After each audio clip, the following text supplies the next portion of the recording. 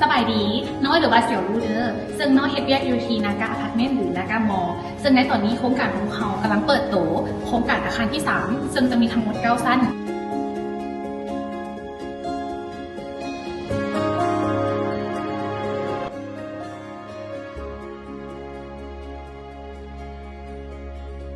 และตอนนี้เราจะมีโมเดลเกี่ยวกับห้องขนาด A ขนาด B ขนาด C และขนาด D เดี๋ยวจะพามาเบิ่งว่ามีแบบไหนเดี๋ยวมาซ้ำๆกันเลยตัวนี้ก็จะเป็นขนาดห้องไทเอเขาเนาะไทเอฉันจะเป็นห้องที่ว่ายาวรวมไปเลยมีหน้าที่ทั้งหมด46ตารางเมตรเลยนับตั้งแต่ประตูทางเข้ามาไปจนฮอดห้องน้ำอยู่โซนนั่งเล่นโซนนอนก็จะเป็นโซนซักรีดและระเบียงเข้ามาเป็นขนาด B และ C ขนาด B และ C จะเป็นขนาดที่ใหญ่เนื้อที่ค่อนข้างดูเรียงซ้ำๆกันเนาะซึ่งว่าเอเรียต่างๆจะมีความแตกต่างก็คือ1ขนาดห้องนี้นี่จับขายหมดแล้ว และสามารถขายได้แต่ขนาดห้องซี่เท่านั้นยังบอกว่าเปิดโตกับมีคนมาจองจนไทบี้ของเขาเต็มหมดเลยและตอนนี้จะเป็นไทซี่จุดโดดเด่นค่อนข้างเป็นตัวเลือกหนึ่งที่ว่าผู้ใดที่มักความกว้างเนื้อที่แมนรับ90ตารางเมตรจอง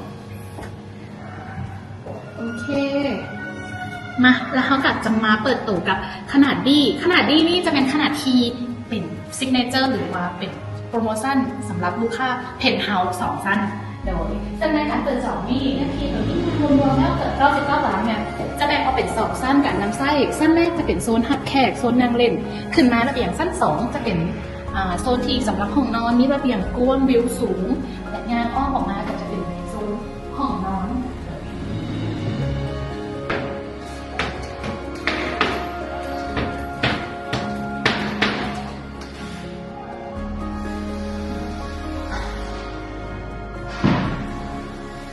มื่อนี้น้อยยืนอยู่ที่ชั้น16ของตึกนากาอพาร์ตเมนต์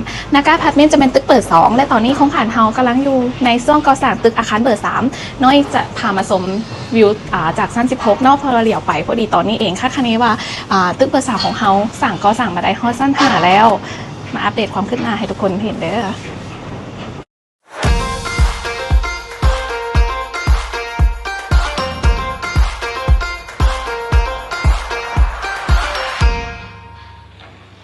ในตอนนี้เองพวกเขาได้มาเปิดให้จองแล้วซึ่งมันมีจำนวนจำกัดทุกคนขนาดห้อง A เฮามีบ่หลายมีประมาณ28ห้องขนาด D ยังขายหมดแล้วขนาด C และ D